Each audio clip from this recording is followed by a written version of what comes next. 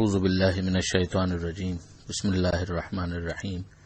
الحمد للہ رب العالمین والصلاة والسلام علی اشرف الانبیاء والمرسلین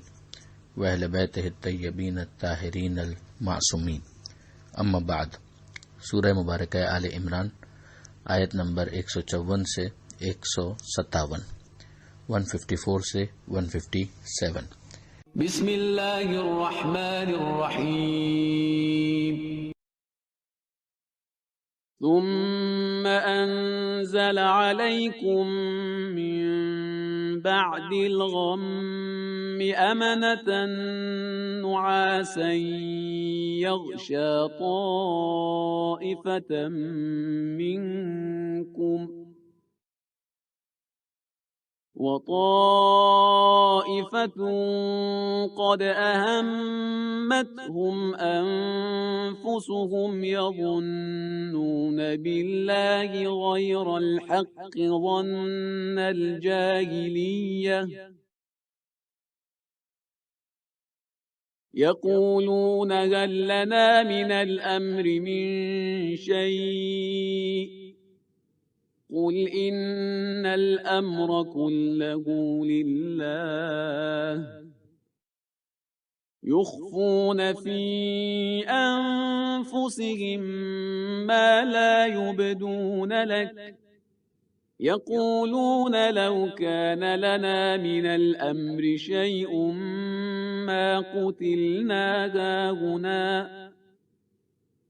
قل لو كنتم في بيوتكم لبرز الذين كتب عليهم القتل إلى مضاجعهم وليبتلي الله ما في صدوركم وليمحص ما في قلوبكم والله عليم بذات الصدور۔ إن الذين تولوا منكم يوم التقى الجمعان إنما استزلهم الشيطان ببعض ما كسبوا ولقد عفى الله عنهم إن الله غفور حليم۔ يا أيها الذين آمنوا لا تكونوا كالذين كفروا وقالوا لإخوانهم إذا ضربوا في الأرض أو كانوا غزا لو كانوا عندنا ما ماتوا وما قتلوا ليجعل الله ذلك حسرة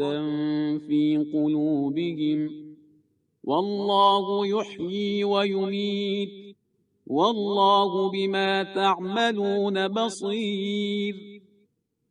ولئن قتلتم في سبيل الله أو متم لمغفرة من الله ورحمة خير مما يجمعون۔ جنگ احد ہی سے مربوط کچھ اور باتیں اس صفحے پہ ہم دیکھ رہے ہیں کہ پروردگار عالم نے پہلے تو ایک گروہ کے بارے میں یہ ارشاد فرمایا کہ ان کے اوپر خدا نے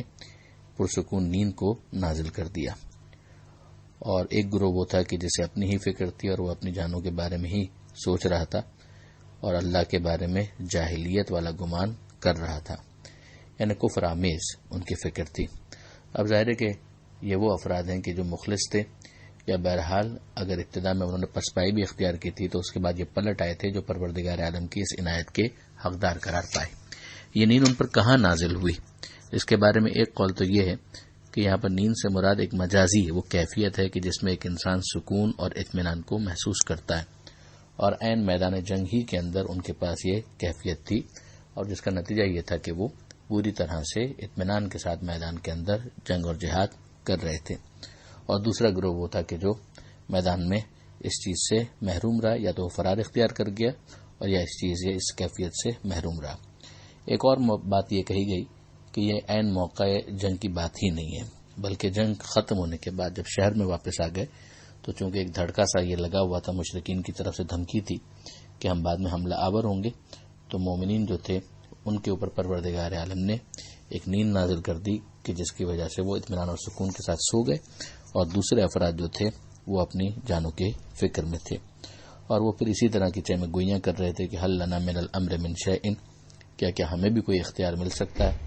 تو پروردگار عالم نے یہ فرمایا کہ حبیب ان سے کہہ دیجئے کہ اختیار یا امر سارا کا سارا اللہ ہی کا ہے۔ یہ لوگ اپنے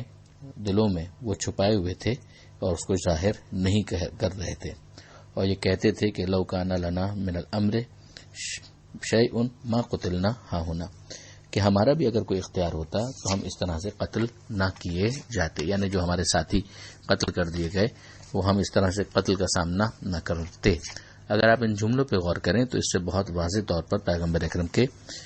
احکامات کے اوپر اعتراض نظر آتا ہے کہ جو پیغمبر صلی اللہ علیہ وآلہ وسلم نے فیصلہ کیا، اور ظاہر کہ پیغمبر اکرم کا فیصلہ وحی پروردگار کے ماتحت ہوتا ہے، تو یہ پیغمبر اکرم پر بھی اعتراض تھا اور خود خداوند متعال کے اوپر بھی اعتراض تھا۔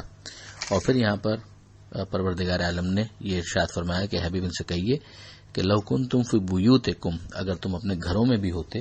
لبرز الذین کتب علیہم القتل الی مضاجعہم، تو جن کے لیے قتل ہونا لکھ دیا گیا ہے وہ اپنے مقتل تک ضرور پہنچتے۔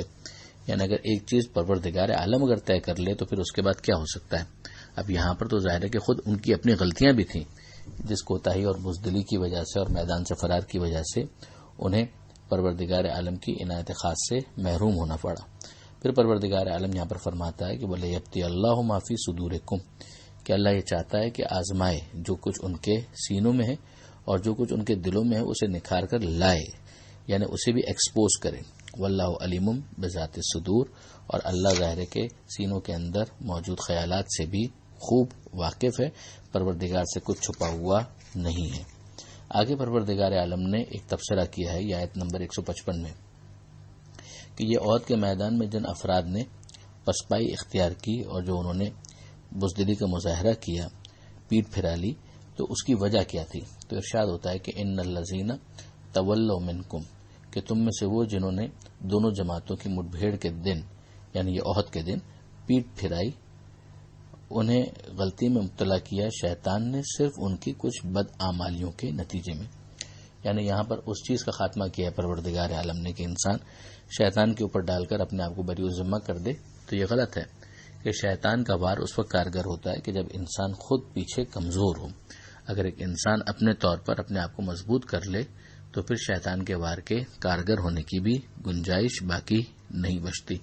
تو کیس یہ ہوتا ہے کہ انسان پہلے سے کچھ کمزوری دکھاتا ہے۔ علامہ سید علی نقی صاحب نے اس پر بہت اچھا تبصرہ کیا ہے کہ شیطان انسانوں کو جو بہکانے میں کامیاب ہو جاتا ہے وہ در حقیقت خود انسان کی قوت ارادی کی کمی اور فرائض میں اختیاری کوتاہی کے نتیجے میں ہوتا ہے، جس کی وجہ سے انسان کی جرأت بڑھ جاتی ہے اور وہ بڑے سے بڑا گناہ بھی کر گزارتا ہے۔ اگر یہ پہلے ہی دن تحریک گناہ کے جذبے کا مضبوطی سے مقابلہ کر لے تو اس کے نفس کی مقاومت خواہش سے زیادہ طاقت حاصل کر لیتی ہے، اور اب وہ قوی محرک سے بھی متاثر نہیں ہوتا۔ یہ ہے شیطان کی شکست۔ بہرحال پھر پروردگار عالم نے معافی کا اعلان کیا اور پھر یہ ارشاد فرمایا کہ اللہ غفور ہے اور اللہ حلیم ہے۔ اگلی آیت کے اندر ہم دیکھتے ہیں کہ پروردگار عالم مومنین کو مخاطب کرتے ہوئے یہ فرماتا ہے کہ اے صاحبان ایمان، یا ایھا الذین آمنوا لا تکونوا، تم ان لوگوں کی طرح سے مت ہو جاؤ۔ کن لوگوں کی طرح سے؟ کہ جنہوں نے کفر کو اختیار کیا اور اپنے بھائیوں کے بارے میں یہ کہا، کب؟ جب انہوں نے سفر اختیار کیا یا وہ جنگ پر گئے۔ تو اس کیس میں کیا ہوا کہ وہ وہاں پر ظاہر ہے کہ مارے گئے، تو انہوں نے یہ کہنا شروع کیا کہ لو کانوا عندنا ما ماتوا وما قتلوا، کہ یہ ہمارے پاس رہتے تو نہ انہیں موت آتی اور نہ ہی یہ لوگ قتل کیے جاتے۔ یہ ایسا کیوں چاہتے ہیں، یہ ایسا کیوں بولتے ہیں؟ تاکہ وہ افراد جو وہاں پر موجود ہیں ان کے دلوں کے اندر اللہ ایک حسرت، ایک غم کی کیفیت پیدا کر دے، یعنی وہ بھی یہی سوچنا شروع کر دیں کہ واقعی ہم کیوں جہاد کو گئے، نہ ہم جہاد پر جاتے نہ وہ مارے جاتے اور ہم بھی اتنے خطرے میں نہ پڑتے۔ تو وہ یہ چاہتے ہیں، یعنی وہ اپنی دانش میں سوچ رہے ہیں کہ اس طریقے سے اللہ ان کے دلوں میں ایک حسرت کی کیفیت پیدا کر دے گا۔ پھر پروردگار عالم نے فرمایا کہ واللہ یحیی و یمیت، اللہ ہی ہے جو زندگی دیتا ہے اور اللہ ہی ہے جو موت دیتا ہے۔ بہرحال زندگی اور موت دونوں صورتوں میں انسان کے شامل حال ہے۔ وہ زندہ ہے تبھی تو وہ اس دنیا کے اندر ہے اور بالآخر اسے موت آنی ہے۔ تو بہر صورت یہ ان کا خیال غلط ہے، مرنا ہوتا تو وہ گھر پر بیٹھے ہوئے مر جاتے، اور بچنا ہے تو سفر میں یا جہاد میں جا کر بھی بچ جائیں گے۔ واللہ بما تعملون بصیر، اور جو تم عمل کرتے ہو اللہ بصیر ہے، ان کا دیکھنے والا ہے۔ آخری آیت جس صفحے پر ہمیں نظر آ رہی ہے اس میں پروردگار عالم نے یہ ارشاد فرمایا کہ وَلَئِن قُتِلْتُمْ فِي سَبِيلِ اللَّهِ أَوْ مُتُّمْ، کہ اگر تم اللہ کی راہ میں قتل کر دیے جاؤ، یہ نہیں کہ انسان خامخواہ خود سے اپنے آپ کو خودکشی کے حوالے کر دے، لیکن اگر جہاد کرتے ہوئے قتال کرتے ہوئے نوبت یہاں تک پہنچ جائے کہ انسان اللہ کی راہ میں قتل کر دیا جائے یا ایون مر جائے ویسے ہی، او متم لمغفرۃ من اللہ ورحمہ، تو اللہ کی طرف سے مغفرت اور رحمت خیر مما یجمعون، یہ اس سے بہت بہتر ہے کہ جس کو یہ لوگ جمع کر رہے ہیں۔ یہ کون لوگ ہیں؟ وہی جو کفر کرنے والے ہیں، جنہوں نے کفر کو اختیار کیا ہے۔ تو دنیا میں رہ کر انہوں نے کیا کیا؟ مثلا تھوڑا سا مال اور جمع کر لیا، تھوڑی سی آسائشیں اور خرید لیں، مگر کیا یہ اس کے مقابلے پر آ سکتی ہیں کہ جس کو ہم مغفرت پروردگار کہتے ہیں، رحمت پروردگار کہتے ہیں؟ ظاہر ہے کہ یہ انکمپیریبل ہے، اور انسان کو متوجہ کیا جا رہا ہے کہ بہرحال یہ اس سے بہت بہتر ہے کہ جو یہ لوگ جمع کر رہے ہیں اگر کسی کو مغفرت پروردگار اور رحمت پروردگار حاصل ہو جائے۔ اگلی آیت اگرچہ اگلے صفحے پر ہے مگر اس کی مناسبت یہی ہے کہ یہیں پر تبصرہ کر دیا جائے کہ وَلَئِن مُتُّمْ أَوْ قُتِلْتُمْ، کہ اگر تمہیں موت آ جائے یا تم قتل کر دیے جاؤ، لَإِلَى اللَّهِ تُحْشَرُونَ، تو بلا شبہ تم اللہ ہی کی طرف محشور ہوں گے، یعنی بالآخر تمہیں اللہ ہی کی بارگاہ میں آنا تھا، تم اپنے مقصد تک پہنچ گئے، اللہ کی بارگاہ میں پہنچ گئے تو ساری چیزیں تمہیں حاصل ہو گئی اور تم محروم نہیں رہے۔ دنیا بہرحال عارضی اور فانی ہے۔ پروردگار عالم سے دعا ہے قرآن مجید سمجھنے اور اس پر عمل کرنے کی توفیق عطا فرما، اور وارث قرآن امام زمانہ کے ظہور میں تعجیل فرما۔ وآخر دعوانا ان الحمد للہ رب العالمین، والسلام علیکم ورحمۃ اللہ وبرکاتہ۔